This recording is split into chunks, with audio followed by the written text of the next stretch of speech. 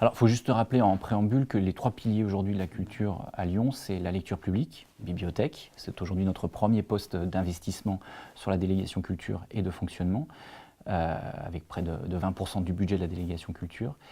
Le deuxième, c'est l'enseignement, que ce soit par le soutien qu'on apporte à l'École nationale des beaux-arts. La ville de Lyon est le premier partenaire financier, ou le Conservatoire de Lyon, dont la ville de Lyon est également le premier partenaire financier. Et le troisième point, c'est le soutien à l'émergence, à la création, à l'arrivée ou au soutien aux jeunes talents.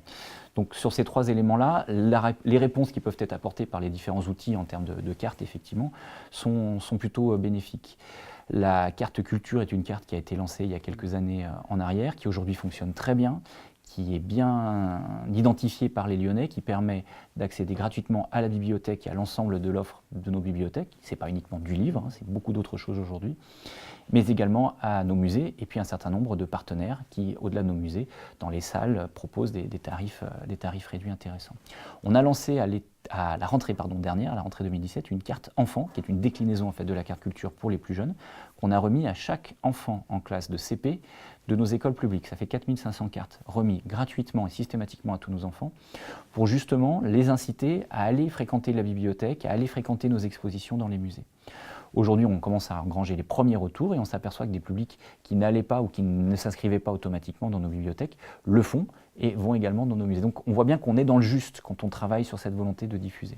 Et puis on travaille avec des partenaires comme Culture pour tous pour être aussi au plus près des publics dits éloignés de la culture pour offrir à des tarifs gratuits ou vraiment réduits un ensemble d'offres artistiques et d'offres d'accès à nos différentes salles.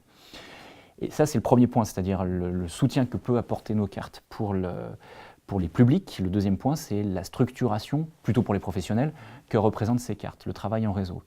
On le voit effectivement avec les cartes scènes découvertes, les salles travaillent ensemble, les équipes artistiques travaillent ensemble, les artistes tournent d'une salle à l'autre, et globalement ça permet de fédérer un esprit de réseau, ça permet aussi du public de découvrir pour des tarifs très abordables des jeunes artistes qu'ils n'auraient pas forcément ou qui ne seraient pas forcément allés découvrir si on avait proposé un plein tarif. Donc ce système est à la fois bénéfique pour les publics, bénéfique pour les lieux et bénéfique pour les artistes.